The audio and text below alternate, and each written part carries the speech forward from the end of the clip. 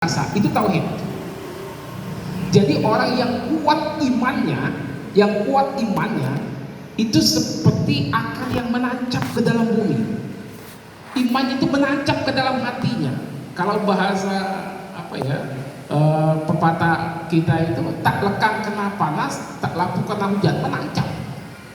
Mau siang, mau malam, mau sore, mau kapanpun menancap. Karena ini dasarnya.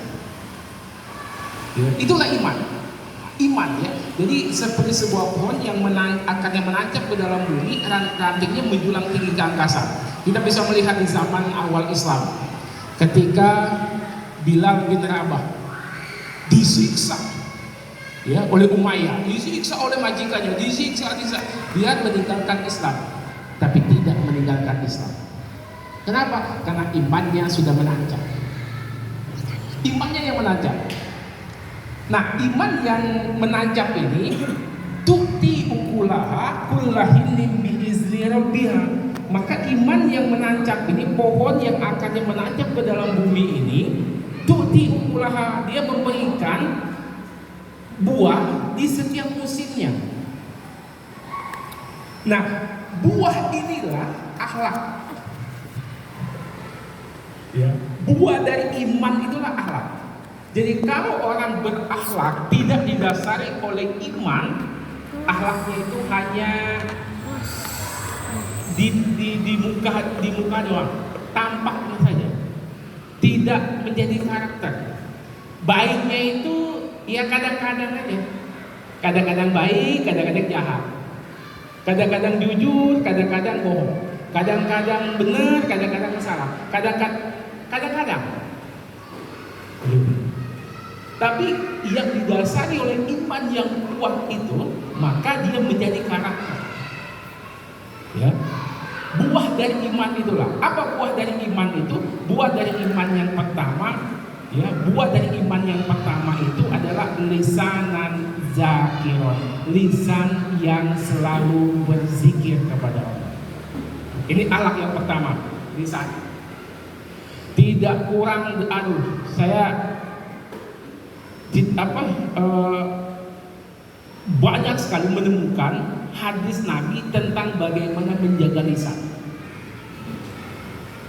Ya. Bagaimana Nabi menyuruh kita menjaga lisan agar kita menjaga omongan. Terbukti hari ini teman-teman semua, banyak orang yang celaka hidupnya gara-gara omongan. Mohon maaf, Ahok di penjara gara-gara ngomong tentang ayat Al-Quran. Coba hari ini aja kalau kita nonton televisi itu ada 3-4 kasus tentang omongan yang diadukan ke polisi, sampai dibuat undang-undang ITE. Saking berbahayanya omongan itu. Ya. Dulu saya ingat sekali di kampung saya itu ada tokoh masyarakat, memang sedang sakit tokoh masyarakat, belum meninggal, tiba-tiba kakak ipar saya ke masjid ngumumin Fulan bin Fulan meninggal dunia, padahal belum meninggal. Kalau itu kejadian hari ini bisa dipolisikan. Terbukti ada yang ngomong Megawati meninggal dunia, dilaporkan ke polisi. Hanya itu. Ya, omongan gitu. Omongan itu, ya, hanya omongan. Jadi memang akhlak itu tergantung dengan isi dari iman itu. Ketika iman kita kuat, jadi kalau mau lihat perilaku, kalau mau lihat iman seseorang itu lihatlah perilakunya. Omongannya, aduh, banyakkan nyakitin orang daripada ngademin. Bisa ditakar tuh imannya.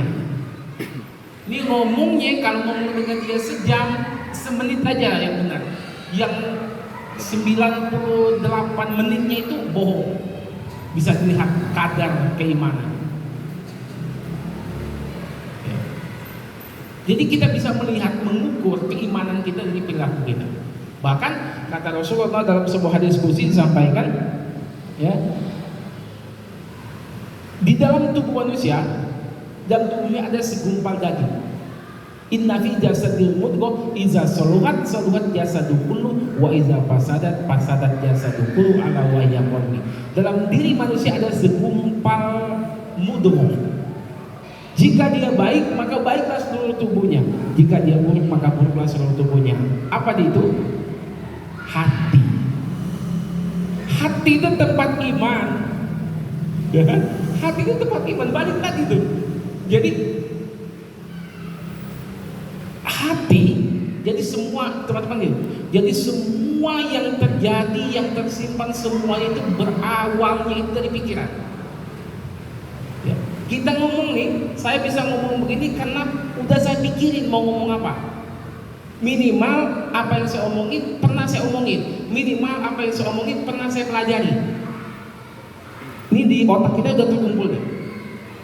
Jadi apa yang kita omongin nih, udah ada di kepala kita. Udah ada di kepala kita.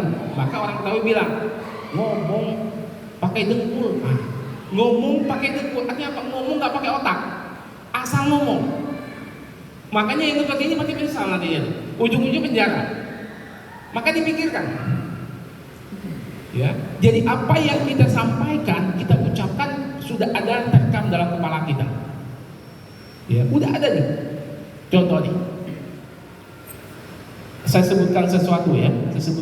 Teman-teman, apa yang tersimpan di otak kita semua. Coba dijawab, saya sebutkan sesuatu. 1, 2, 3, gelas. Apa yang terpikir? Kopi, gelas, air. Apa lagi? Beling. Buat minum. Yang teman-teman sebutkan pertama itulah kosakata yang pertama yang melengket, yang nempel sama gelas. Beling, padahal gelas tidak semua beling. Ya kan? Gelas bukan hanya untuk minum, tapi kenapa kita sebut itu? Karena itu yang terekam di kepala kita. Saya sebutkan lagi. 1, 2, 3 piring. Makan. Wadah.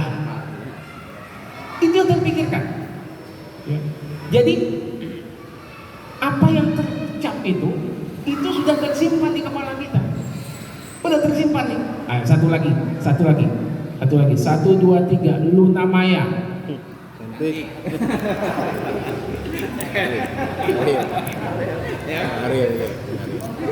Cantik. Artis. Siapa lagi? Macam-macam. Jangan-jangan ada yang dipikir pas Luna Maya kepalanya Ariel gitu. Bisa jadi itu.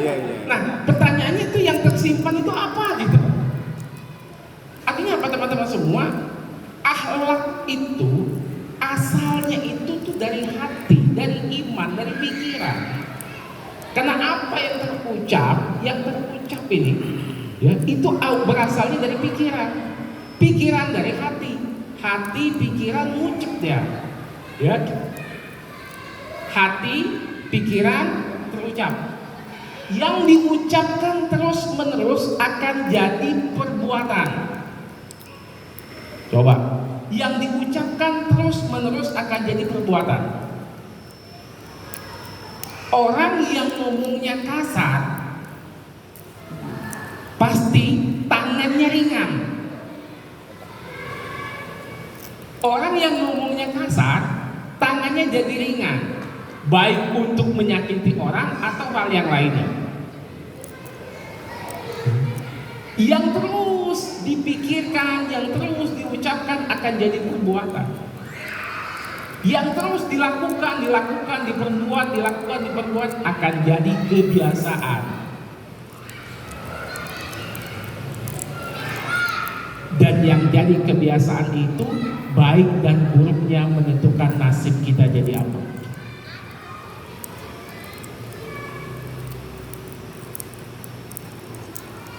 Ya.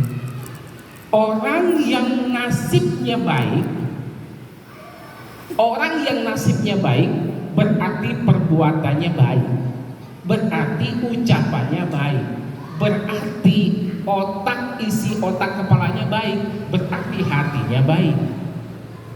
Kalau hatinya buruk, berarti pikirannya kotor. Kalau pikiran kotor, ucapannya kotor. Kalau ucapannya kotor, perbuatannya kasar. Kalau perbuatannya kasar, perilakunya, kebiasaannya jadi tidak benar, maka nasibnya bisa jadi buruk. Inna fi jasadil mudghah idza saluhat saluhat jasadul kullu wa idza fasadat jasadul kullu ala wa hiya qalbi, kata Rasulullah. Dalam diri manusia ada segumpal mudghah, jika dia baik maka baiklah seluruh tubuhnya. Jika dia buruk maka buruklah seluruh tubuhnya. Itu adalah hati. Kalau hati baik, seluruh tubuh jadi baik. Mata jadi baik, telinga jadi baik, mulut jadi baik, tangan jadi baik, hatinya baik. Tapi kalau hatinya buruk, mulutnya jadi kotor, jadi tidak baik, matanya jadi tidak baik, telinganya jadi tidak baik, tangannya jadi tidak baik, kakinya jadi tidak baik. Kalau kita mau tes seperti apa kondisi hati kita, seperti apa kondisi hati kita, saya yakin 1000% teman-teman yang hadir malam hari ini bukan tidak punya pekerjaan, bukan tidak punya kegiatan. Pasti ada kerjaan, pasti ada kegiatan, pasti pinginnya di rumah aja, atau mungkin jalan-jalan sama anak-anak, atau mungkin ke bazar. Tapi kenapa mau hadir ke sini? Bahkan ustadznya telat nggak datang, ditunggu. Kenapa masih di sini? Siapa yang memerintahkan teman-teman masih duduk di sini? Hati. Hati. Maka bersyukur yang banyak. Iya ya. Hati kita termasuk yang baik gitu loh. Alhamdulillah. Kalau boleh memilih mungkin ya ngapain sih ini? Ini ke bazar tuh. Atau mungkin jalan-jalan malam minggu. Tapi kita masih nunggu di sini. Bersyukur kita kepada Allah. Mudah-mudahan ini pertanda hati kita isinya itu udah banyak iman. Ya. Tinggal apa? Merefleksikannya dalam kehidupan sehari-hari. Lisan, ya, perbuatan, ucapan, tingkah laku dan lain sebagainya. Dengan cara apa? Nah, maka dalam Islam itu lengkap sekali teman-teman, sangat lengkap. Allah Subhanahu wa taala tidak memberikan sebuah kewajiban keharusan yang tidak ada rule-nya, tidak ada jalannya, tidak ada metodenya. Enggak, Allah tentukan caranya. Untuk jadi orang baik ada caranya. Ketika Allah informasikan kepada kita akhlak itu tumbuhnya dari hati yang baik. Kalau hati yang baik, pikiran baik, kemudian menjadi akhlak yang baik, bagaimana cara untuk mendidik biar akhlak itu tetap baik? Makanya tidak bisa seminggu sekali, nggak bisa sebulan sekali, nggak bisa setahun sekali. Tiap hari 5 kali sehari semalam kita dididik akhlak yang baik. Dengan apa? Sholat. Hari ini teman-teman semua, barang yang paling berharga itu jujur. Jujur itu paling berharga hari ini. Dimanapun, jujur itu paling berharga. Banyak orang nggak jujur. Di hal yang sekecil apapun banyak nggak jujur. Bukan Allah tidak mendidik kita agar jujur, tapi Allah udah didik 5 kali sehari semalam minimal. Dididik jujur tuh. Dididik itu jujur.